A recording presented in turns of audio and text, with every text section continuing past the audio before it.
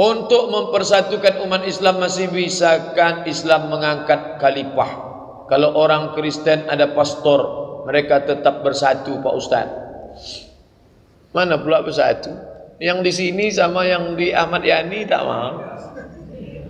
Yang di sini sama Ahmad Yani tak mau. Tak mau, tak ada bersatu. Ini tak mau mengakui, ini tak mau mengakui Protestan, tidak mau mengakui Benediktus.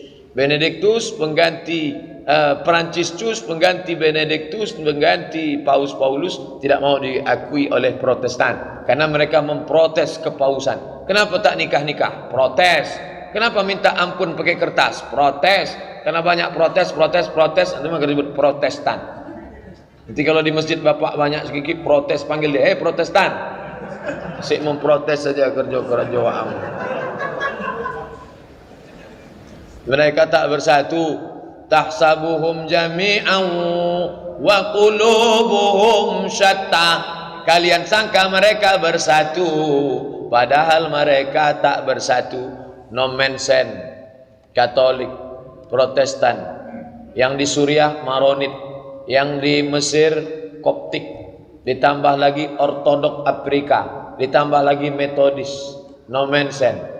Yang belakangan muncul yang baru namanya Saksi Jehova. Saksi Jehova mengatakan Yesus bukan Tuhan, hanya Nabi utusan Tuhan. Jehova tak diakui. Jehova ini dianggap murtad. Jehova sekarang sedang terkucil. Ikuti perkembangan mazhab-mazhab mereka. Pertanyaan yang penting, mungkinkah kita mengangkat khilafah? Ya. Masa dalam kitab Musnad Ahmad bin Ambal kita ini terbagi 5.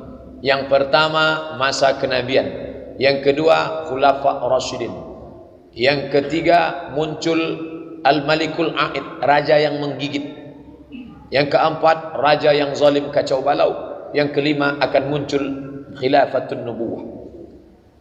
Kita ini sekarang masa yang berapa? Ini yang kacau, yang kacau. Dulu proklamasi, sekarang reklamasi.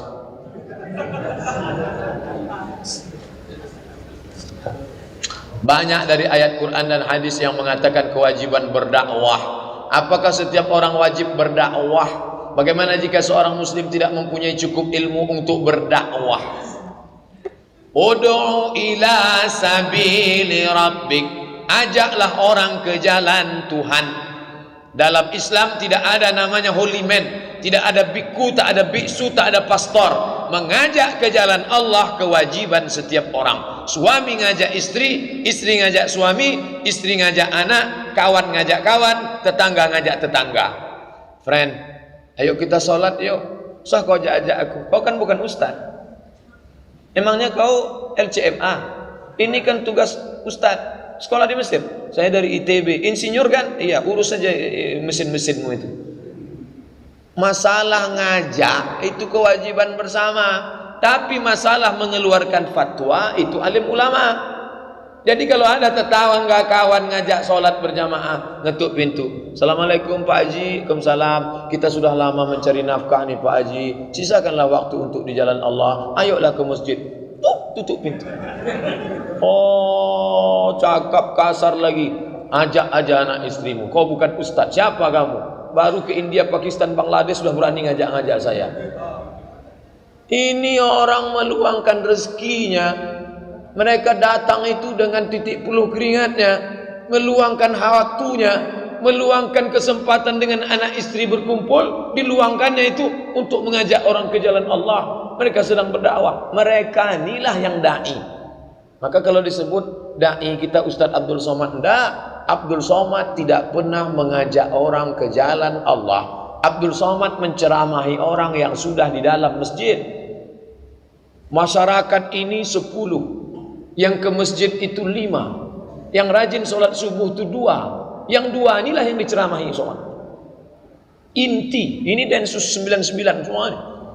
Pasukan khususnya itu yang berdakwah itu mana? Yang masuk ke kampung-kampung, yang masuk. Insya Allah nanti kita akan ajak adik-adik kita yang berdakwah di pedalaman suku Sakai, Talang Mamak, Talang Perigi, suku Akit, suku Laut. Mereka inilah yang dai-dai. Dia tidak LCMA, dia tidak profesor doktor, tidak pernah ke Kairo, ke Makkah, tapi mereka mengajak orang dari jalan setan ke jalan Allah, dari menyembah hantu kepada menyembah Allah.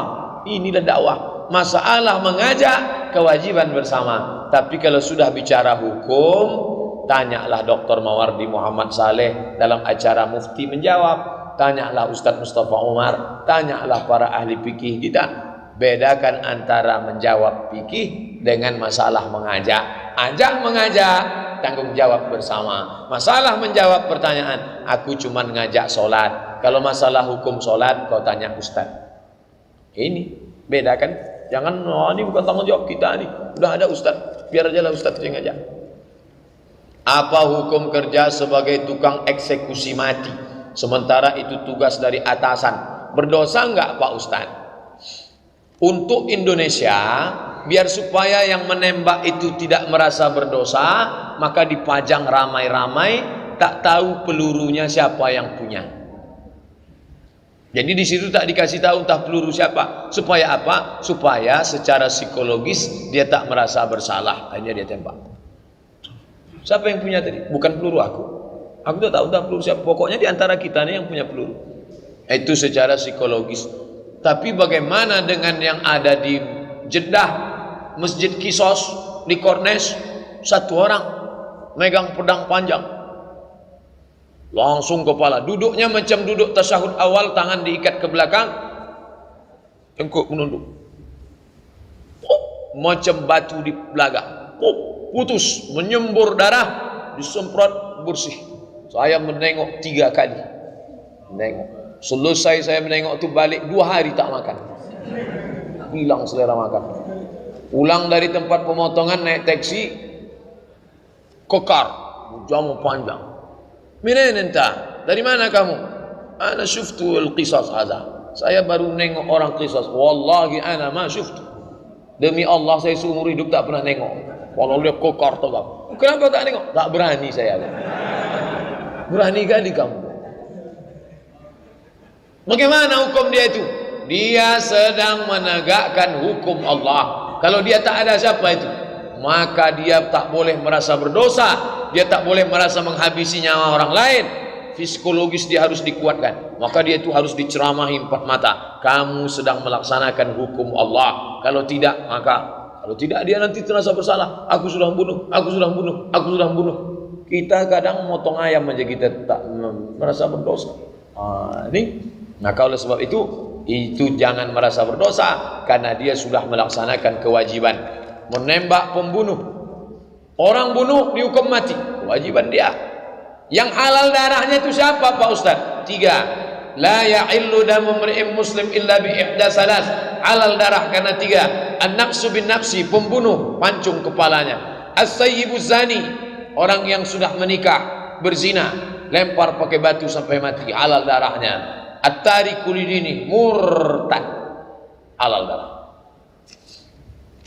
Apakah makanan yang subhat haram sangat berpengaruh pada kehidupan anak yang sangat ingat dijadikan anak hafiz Al-Quran oleh orang tuanya, karena orang tuanya sudah susah payah menjaga halal, tapi saudara yang lain memberikan makanan yang haram? Bagaimana cara menegur saudara itu karena tak mau saudara itu tersinggung? Datuk saya dari sebelah ayah meninggal sebelum saya lahir. Sebelum saya lahir, datuk saya meninggal. Lalu kemudian tinggallah nenek saya dengan makcik-makcik saya. Pesan datuk saya dari sebelah emak saya, datuk saya dari sebelah emak saya, Abdul Somad ini jangan kau kasih makan di rumah neneknya. Mak saya tak paham itu. Ditanyakannya ke saya sekarang. Dulu datukmu berpesan, kalau kau kubawa ke rumah nenekmu tak boleh makan di situ. Kenapalah itu agaknya ya? Saya tanya, kenapa begitu? Rupanya ada satu tanah yang belum berbagi. Dia tak mau cucuku ni nanti makan harta syubhat. Kalau dibuatkannya bubur nasi, itu dari mana duitnya? Nanti kalau kau bawa Abdul Somad ni ke rumah dia, kau bawa nasi dari rumah, kau suapkan nasi. Jangan sampai mau makan dari neneknya itu. Karena ada tanah yang belum berbagi. Darah yang masuk ke dalam jantung disemprotkan ke otak, lalu darah haram itu masuk ke otak. 20% darah menyembur ke otak. Kalau tidak, tak sempurna, oksigen naik ke otak.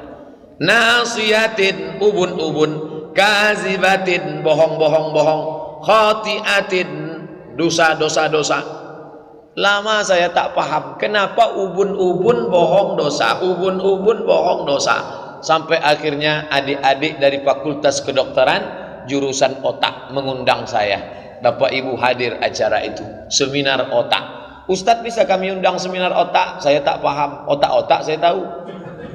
Ustadz tentang ayatnya aja. Nanti yang menjelaskan ini dokter spesialis otak. Dokter kita selalu juga hadir pengajian kita.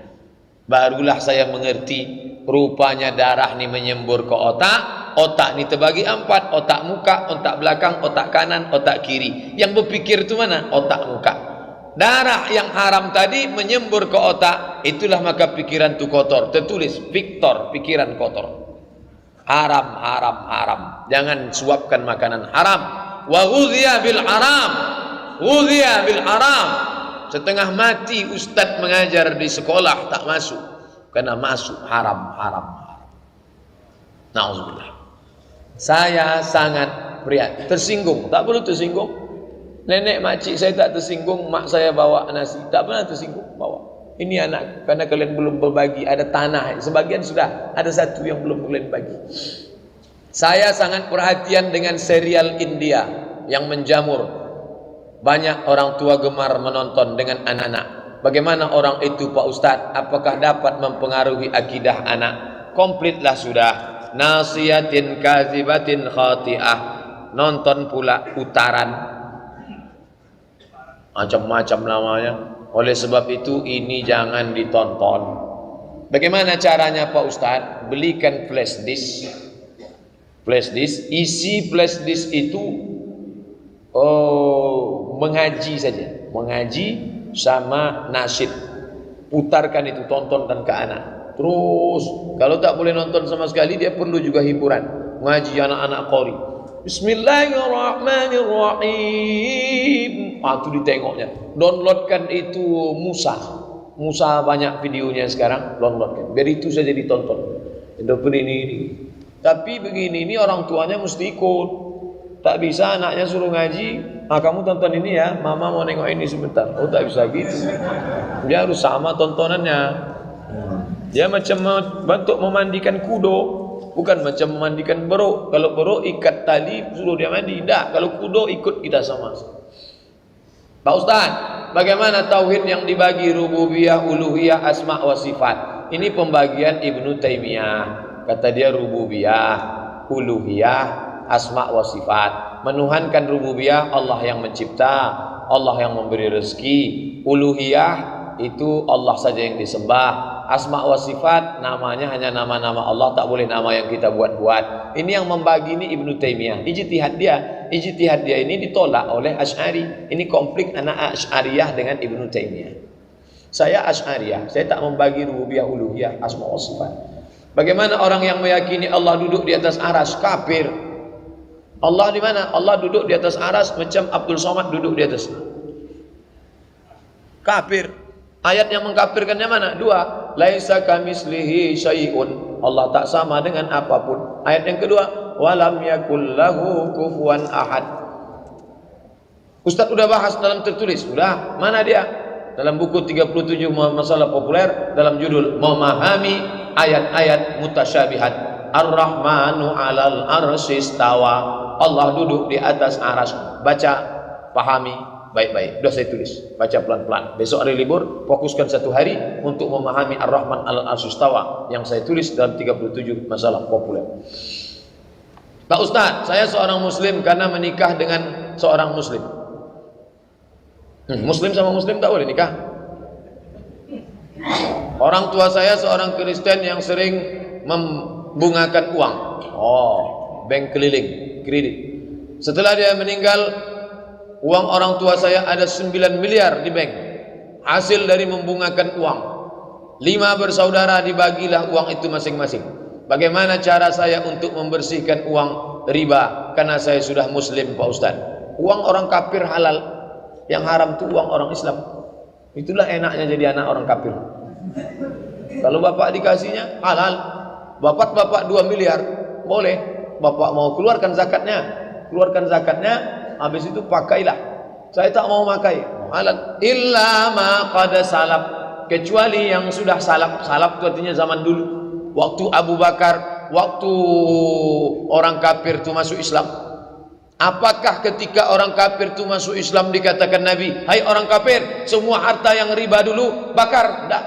Semua harta orang kafir pencariannya waktu Islam, setelah dia masuk Islam tidak disuruh Nabi bakar.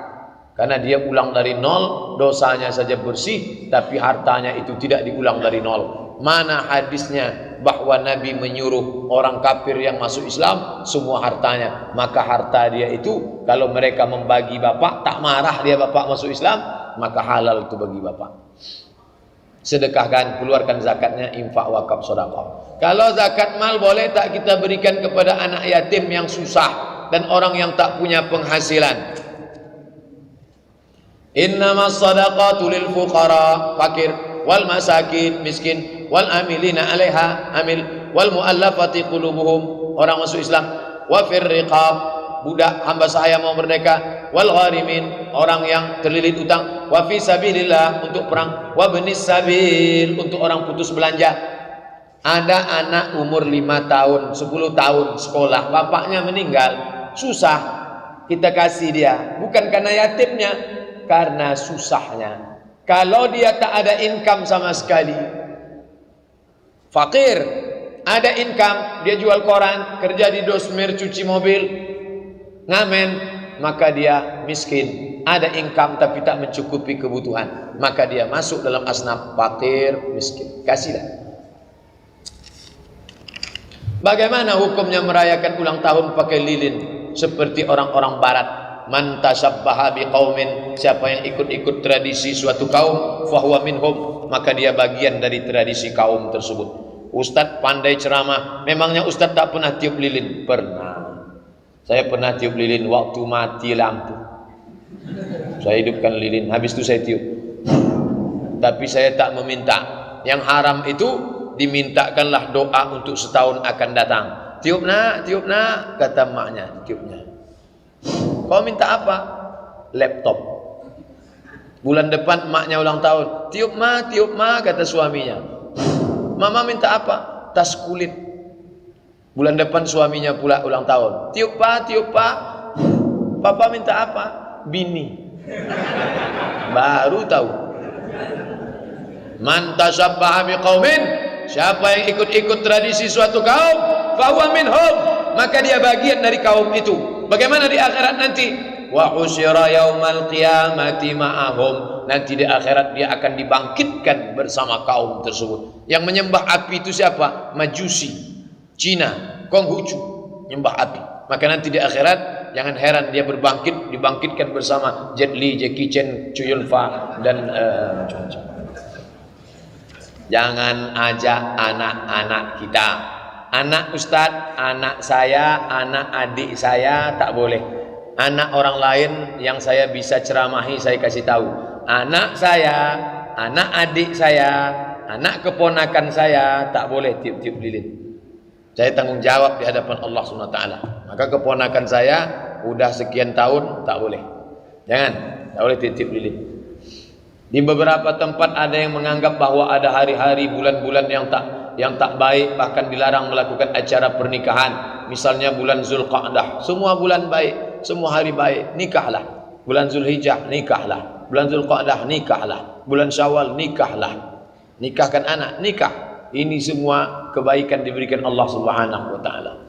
Apa hukum pendapat itu Pak Ustaz? Kalau sampai diyakininya rusak tauhidnya. Jika nikah bulan ini, maka nanti peruntungannya berarti ada kuasa selain Allah, ada manfaat, ada mudarat selain Allah. Bulan itulah yang merubah nasib.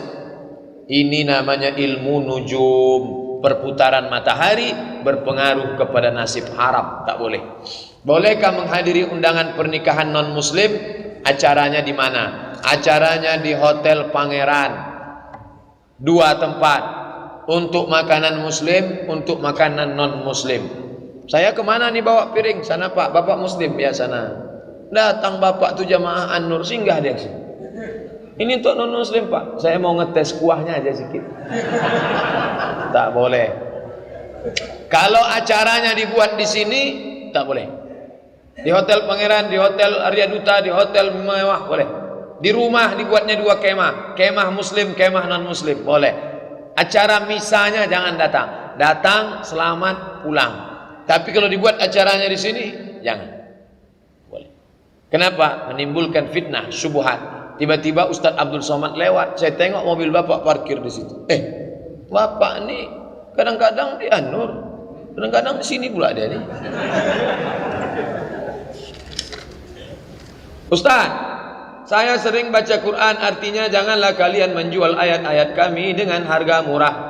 La tashtaru bi ayatina bi ayatillahi samanan qalila. Jangan kamu jual ayat-ayat Allah dengan harga yang murah.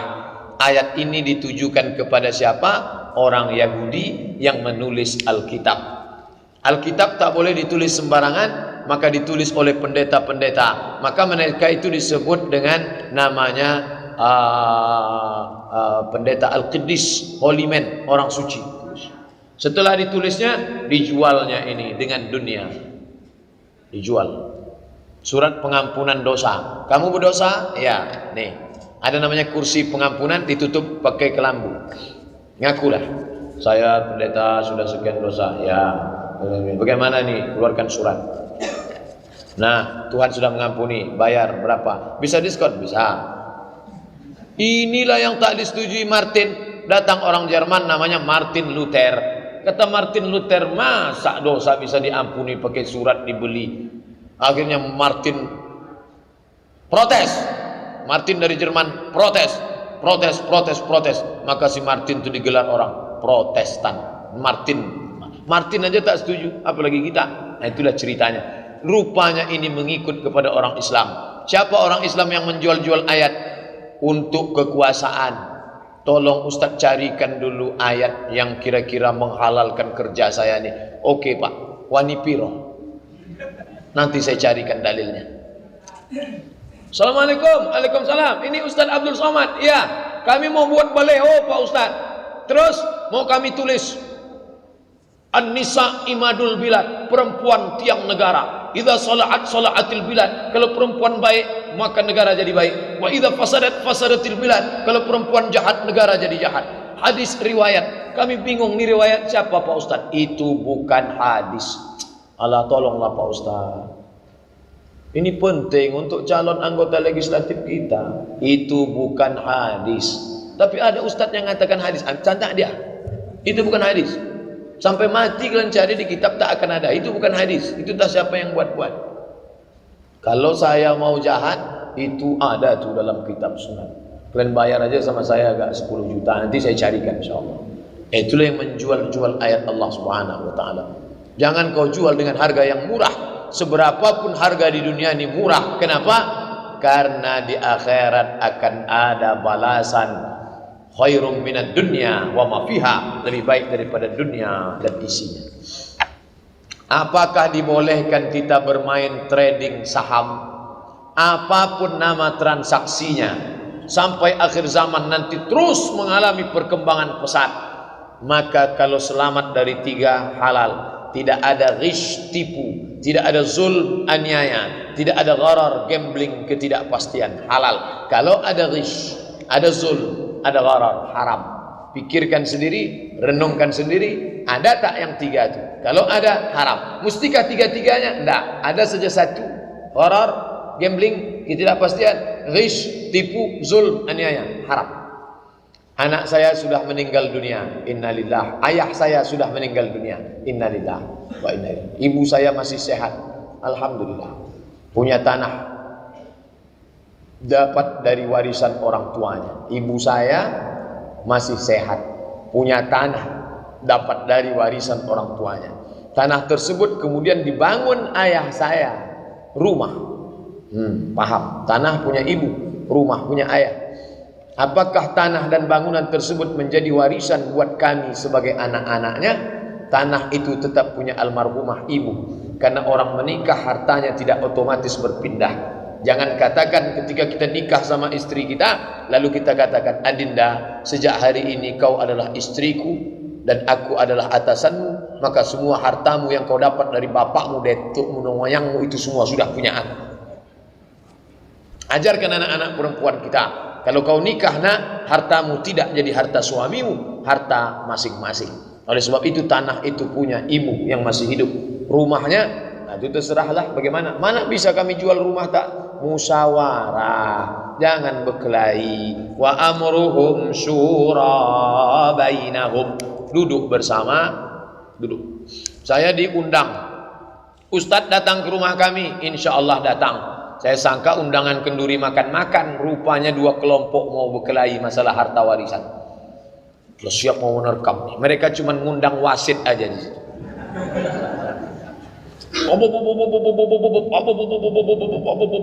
Saya pun udah kacau nih. Saya bilang calling down.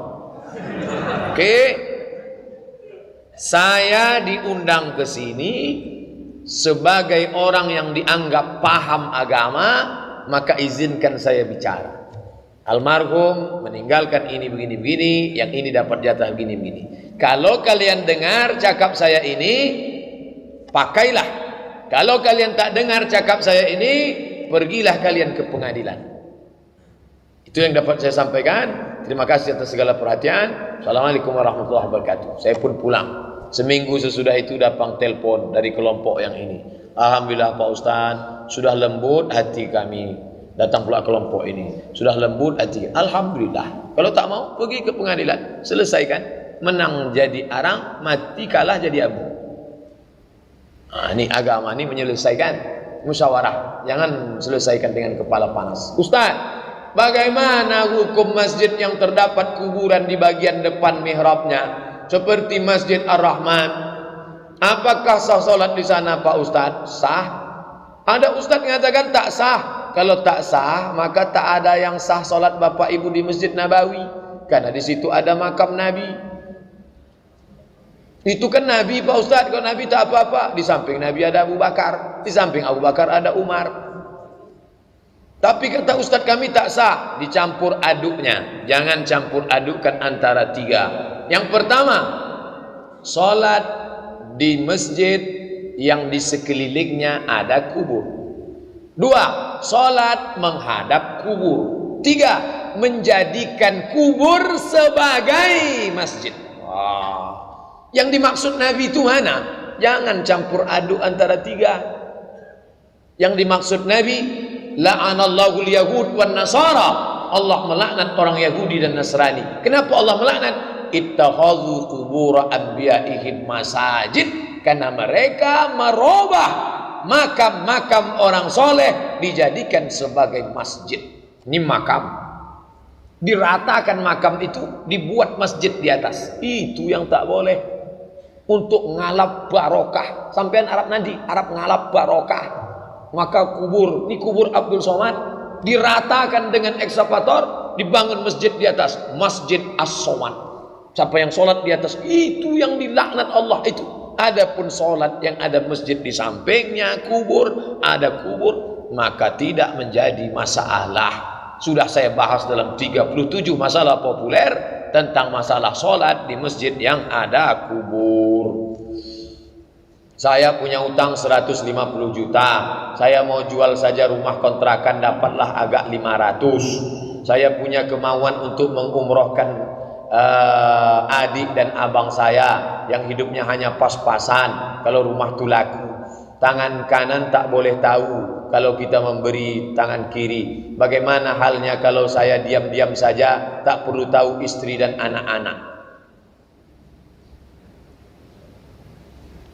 Jamaah udah tahu.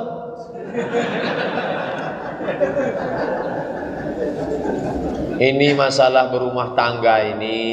Istri itu macam tulang rusuk yang bengkok. Kalau bapak paksa, nanti dia patah. Kalau bapak ikut, bapak jadi bengkok. Berapa banyak orang bengkok gara-gara bini bengkok. Tak bisa menolong saudara bengkok, maka dudukkan bersama. Seorang ibu datang kepada anaknya, nak, aku tak ada beras mau masak di rumah, nak. tolonglah aku kasih duit. Mak mau minjam berapa? 100.000. Tunggu ya mak, aku tanya istriku dulu. Ini kalau ada anak macam ini kasih tahu ke saya biar saya pukul kepalanya. Ini tak cocok diceramahi lagi. Emaknya yang mengandung dia 9 bulan 10 hari, meregang nyawa mak tu melahirkan dia. Mau ditanyanya pula bininya dulu yang jumpa dia setelah umur 25 tahun. Entah anak siapa dia, entah dia anak siapa. Hanya diikatkan dengan akad aku terima nikah dengan mahar sebentuk cincin emas tunai. Oh, ini orang tak mengerti. Ustaz ini marah karena ini atau marah karena belum sarapan pagi? Jadi anak perempuan ibu kasih tahu dia, anakku, kau nanti jadi istri orang, kau ikut dia, tapi dia itu ikut maknya. Kalau sesuai dengan tuntunan syariat Islam. Anakku, kau punya 5 hak nak. Apa hakku mak? Suamimu wajib memberi kau 5. Makan, pakai, tempat tinggal, perhatian, pendidikan. Makan, pakai, tempat tinggal, pendidikan, perhatian. Masalah dia mau membelanjai orang tuanya, hasil dari usaha dia, itu bakti dia nak. Tak usah kau urus-urus. Itu disampaikan ke anak perempuan kita. Anak laki-laki kita juga didudukkan. Kau jangan diam-diam, kau mesti bicara. Ada namanya akhlak. Ini tak bisa disampaikan pada nasihat pernikahan. Petantun, petatah, petiti, pantun, petatah, petitih dari jam 7 Ustaz Somad itu datang sampai jam 9. Akhirnya barulah masuk. Jumpa itu ini segala macam kata sambutan habis. Sungkem itu ini menangis-nangis, meraung-raung, meratap habis jam 11. Berikut ini marilah kita dengarkan nasihat pernikahan dari Al-Mukarram Ustaz Abdul Somad LC. Tak cukup, bukan begitu menasihati anak. Dudukkan dia 1 hari, panggil Ustaz Mustafa Umar. Ustaz, anak saya ini mau menikah 3 hari lagi. Tolong Ustaz nasihati dia. Begitu nasihat. Dudukkan dia. Itu nasihat pernikahan itu seremonial belaka. Hanya mencukupkan penderitaan saja. Orang dari tadi menunggu makan, datanglah Ustaz Abdul Somad ceramah. Apa kata orang? Inilah pelengkap penderitaan kamu. Tuh. Bukan begitu menasihati nikah. Asal sudah 5 dikasih dia, makan, pakai, tempat tinggal, pendidikan, perhatian, maka bapak punya uang, punya harta, itu terserah bapak mau urus untuk apa, selama di jalan Allah Subhanahu wa ta'ala. Istri saya meninggal tahun 83. Anak-anak masih kecil, maka pembagian warisan untuk anak-anak belum saya lakukan saat itu. Sampai sekarang tanah sekitar 500 meter persegi. Anak-anak saya sudah sukses semuanya. Saya ada keinginan membangun TK Islam di tanah tersebut. Menurut Ustaz, apakah saya wajib membicarakan lebih dahulu dengan anak-anak yang merupakan hak miliknya? Ya. Bapak duduk, kumpulkan anak-anak. Anak-anakku, dulu almarhumah emak kalian meninggalkan tanah 500 meter persegi. Sekarang tanah itu ada, aku amanah, tak kujual untuk kawin lagi. Begitulah aku amanah menjaga harta emak kalian. Kalian kujaga, harta itu pun kujaga. Ini perlu dibangkit supaya jangan mereka nanti macam-macam. Sekarang di hari tuaku, aku ingin almarhumah dapat pahala yang baik. Kalau kalian setuju, mau kubuatkan di situ TK Islam atas nama almarhumah emak kalian, insya Allah pahalanya akan mengalir. Itu jadi amal jariah kalian. Setuju? Caranya diundang dia, cerita dulu karena mereka sudah mapan. Kata mereka setuju Pak. Anak-anaknya setuju, bininya pula tak setuju. Ini yang jadi masalah nih. Anak-anak tu bininya jangan diundang dulu. Ini karena banyak bini ini tak tentu arah. Tulang rusuk bengkok semua ini. Kalau yang mengaji ini tak bengkok, baik-baik. Ini yang tak mengaji. Kalau bapak bangun otomatis itu tak bisa, ada hak orang lain di dalam. Tapi kalau mereka izin, berapa jatah mereka? Bapak dari tanah itu, jatah bapak di dalam tanah itu adalah 1/4. 1/4 itu punya bapak. Ternyata mereka, kata mereka, Pak kami tak sanggup itu ini. Maka bapak bangun yang 1/4 itu saja, sisanya bagikanlah kepada mereka. Merekalah pemiliknya itu. Begitu cerita. Saya umur sudah 18 tahun, suka juga mengikuti kegiatan keagamaan. Saya suruh anak agar dia ikuti saya. Oh, maksudnya 81 tahun. Karena 18 tahun punya anak tahu. Saya suruh anak agar ikuti saja, baik jamaah tabligh, jamaah salafi, pokoknya tak menyalahi syariat. Saya bilang kajian-kajian agama manapun bagus, ikuti, mana-mana bagus. Bagaimana pemikiran saya nih Pak Ustaz? Bagus, tak ada salah. Cuman kalau satu tabligh, satu salafi berkelahi juga nanti dia. Banyak sudah contoh kasus. Tapi insya Allah karena bapak masih hidup, mereka segan berkelahi. Apapun nama kelompoknya, ini wasilah, jalan. Intinya bagaimana menjalankan agama Islam. Mungkin dia kenal Islam lewat pintu Hizbut Tahrir, karena orang Hizbut Tahrir yang gencar buat website, turun ke jalan, lalu dia tertarik. Dia kenal Islam lewat PKS, dia kenal Islam lewat jamaah tabligh. Dulu waktu dia sedang mabuk-mabuk, Ustadz Somad tak pernah menceramahi dia. Tiba-tiba datang jamaah tabligh pakai sorban. Dia sedang mabuk berat ini, hidungnya bau narkoba. Datang jamaah tabligh disumbat minyak wangi ke hidung. Pukulnya tatunya. Mau kemana kamu?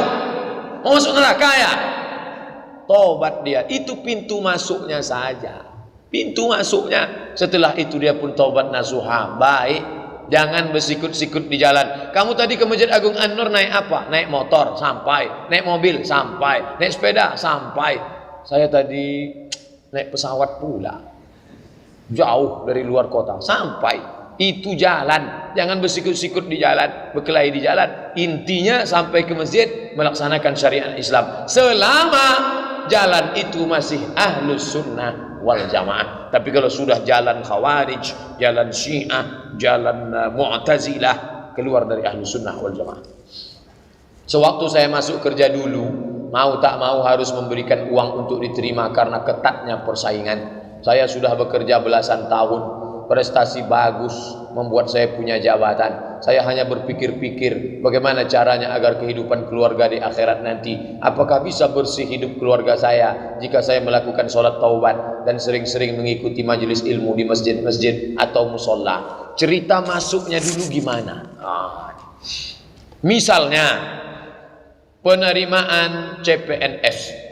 Yang mau diterima ini syaratnya IP-nya harus 3,7 dan harus sarjana teknik sipil. Tiba-tiba masuk IP 3,5 dan bukan teknik sipil. Bisa lulus karena menyogok 100 juta. Ini haram. Tak ada tawar-menawar. Haram, haram, haram. Karena dia sudah menyingkirkan si teknik sipil. Sebetulnya ada 3,7 situ. Tercampaklah dia. Tapi dia orangnya cerdas. Dia entrepreneur. Lebih kaya pula dia dari PNS. Rezeki tak berpintu. Kalau begini modelnya haram. Yang model tak haram itu gimana? Syarat teknik sipil, memang ijazah teknik sipil. Syarat IP 3,7, memang sudah 3,7. Mesti menghonor 5 tahun, memang sudah ada ijazah honor 5 tahun. Tiba-tiba waktu melamar, apa kata si penjaga? Kamu serahkan 5 juta. Kalau tak kamu serahkan, saya tak kasih. Itu boleh dia kasih 5. Kenapa? Dia mengambil hak dia. Itu tak haram. Tapi penjelasan ini mesti dengar baik-baik. Kalau tidak nanti muncul isu Abdul Somad menghalalkan korupsi, menghalalkan sogok menyogok. Ar-Rashi wal Murtashi finar. Tengok dulu kasusnya. Memang IP dia 3,7. Memang dia sudah menghonor 5 tahun. Memang dia sudah sarjana teknik sipil. Hanya saja si penjaga ini mengatakan, ini gulai, dia suka pegang sendoknya. Ini punya kamu memang. Iya, marilah kasih ke piring saya. Wani piro sampean? Mau berapa? 5 juta. Bayarlah. Itu tidak menghalalkan yang haram. Itu mengambil hak punya dia. Kalau begitu kasus bapak dulu bisa ditebus dengan sholat sunat taubat. Tapi kalau kasusnya macam pertama, itu tak ada tawar-menawar. Resign dari situ, keluar dari situ, buka usaha baru. Kalau tidak, terus berlanjut dalam haram. Ini tolong penjelasannya jangan di-cut, jangan dipotong.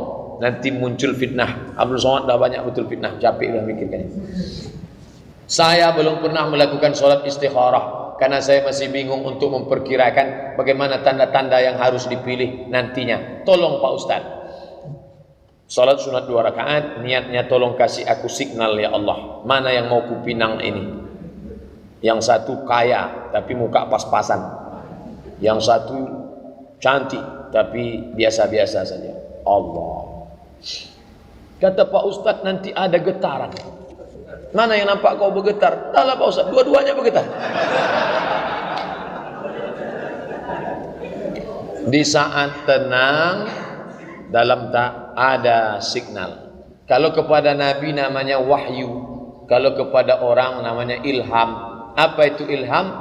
Isyaratun khafiyatun yuqzafu fi qalbi abdi. Satu isyarat yang halus masuk ke dalam hati hamba. Tak bisa pada saat ramai sejuk, pada saat tenang suruh datang. Tanya pendapat orang, garis kertas ini 2, garis 2. Plus minus. Kalau aku putuskan ini untung. Ini rugi-ruginya. Sekarang aku bingung, aku mohon petunjukmu ya Allah. Allah akan berikan. Janji Allah. Nabi berjanji. Kalaulah itu tak ada, berarti Nabi pembohong. Kalaulah itu tak ada, berarti batal ayat. Walladzina jahadu fina. Orang yang bermujahadah mencari jalan kami. Lanahdiyannahum subulana. Kami akan menunjukkan jalan kami. Tinggal 1 lembar lagi. Karena rumah saya dekat musola, maka saya melakukan sholat rawatib selalu di rumah. Kadang-kadang ada juga terjadi menjelang sampai di rumah, angin keluar, saya ambil wudhu lagi. Apakah boleh Pak Ustadz? Sholat sunat rawatib di rumah bagus. Nabi sholat sunat rawatib di rumah. Jarak rumah Nabi ke mimbar 25 meter. Ini mimbar, jalanlah 22 meter. Oh, 22 meter itu rumah Nabi. Kalau ada rumah bapak 22 meter dari mimbar, sholatlah. Atau dia dekat pakai sepeda motor atau naik sepeda atau jalan kaki cepat, sholat sunat rawatib. Abdul Somad sholat sunat rawatib, kalau masjid dekat rumah saya di rumah, kadang-kadang saya di masjid. Menjelang sampai di rumah, rawatib selalu di rumah. Kadang-kadang ada juga terjadi menjelang sampai di rumah angin keluar, saya ambil wudhu lagi. Ya boleh, rawatibnya di rumah, habis itu ambil wudhu lagi. Jangan menahan kentut. Tahan kentut sampai biru muka menahan kentut. Jumpa sama kita pun lain wajah bapak ini. Adalah Pak Ustaz. Saya bekerja sebagai manajer di perusahaan BUMN. Uang gaji, bonus dan lain-lain halal. Saya pergunakan untuk makan, sekolah anak-anak, buat rumah, investasi dan lain-lain bermanfaat dunia dan akhirat. Alhamdulillah. Sementara saya mendapatkan banyak uang juga dari kiri kanan. Setidak-tidaknya agak kelabuan lah Pak Ustaz. Kelabuan. Yang saya pakai untuk hal-hal yang konsumtif saja. Saya rencana sudah mau berangkat haji 2 tahun lagi, sesuai porsi yang saya pergunakan jelas dari gaji dan bonus. Saya tanya, bagaimana hukum syariat agama dengan posisi saya di atas tadi? Apakah dibenarkan Pak Ustadz? Tetaplah bekerja di situ, ambillah yang halal-halal saja. Adapun yang abu-abu tadi, kalau bisa tak diambil, tak usah ambil. Tapi kalau atasan maksa, ambillah. Kalau tak kamu ambil, ini akan dikembalikan kemana? Ke negara, tak jelas itu, ini segala macam. Ambil saja. Tapi jangan bawa pulang ke rumah. Letakkan ke panti jompo, panti yatim, anak susah, fakir miskin, janda-janda tua. Janda muda jangan. Yang tua-tua. Silakan. Nah ini niatnya bukan niat sedekah. Ingat, niatnya bukan niat sedekah. Tak bisa bersedekah dengan uang haram, uang syubhat. Niatnya mengembalikan uang umat kepada umat. Umat ini yang punya, ini umat ini, Pemprov ini yang punya, dikembalikan kepada umat. Hadhihi ummatum ummatakum, idhi ummatukum ummatan wahidah. Inilah ujian yang berat. Ujian menahan makan puasa banyak tahan. Ujian mendengar pengajian banyak, tapi ujian duit kanan kiri abu-abu tadi berat luar biasa. 100.000 Pak Ustaz, haram. 10 juta halam. Serahkan ke lembaga yang dinikmati orang banyak. Terima kasih perhatian Bapak Ibu, mohon maaf atas segala kesilapan. Subhanakallahumma wa bihamdika asyhadu an la ilaha illa anta astaghfiruka wa atubu ilaik. Wa sallallahu ala sayyidina Muhammad wa ala alihi wa sahbihi wasallam walhamdulillahi rabbil alamin. Assalamualaikum warahmatullahi wabarakatuh.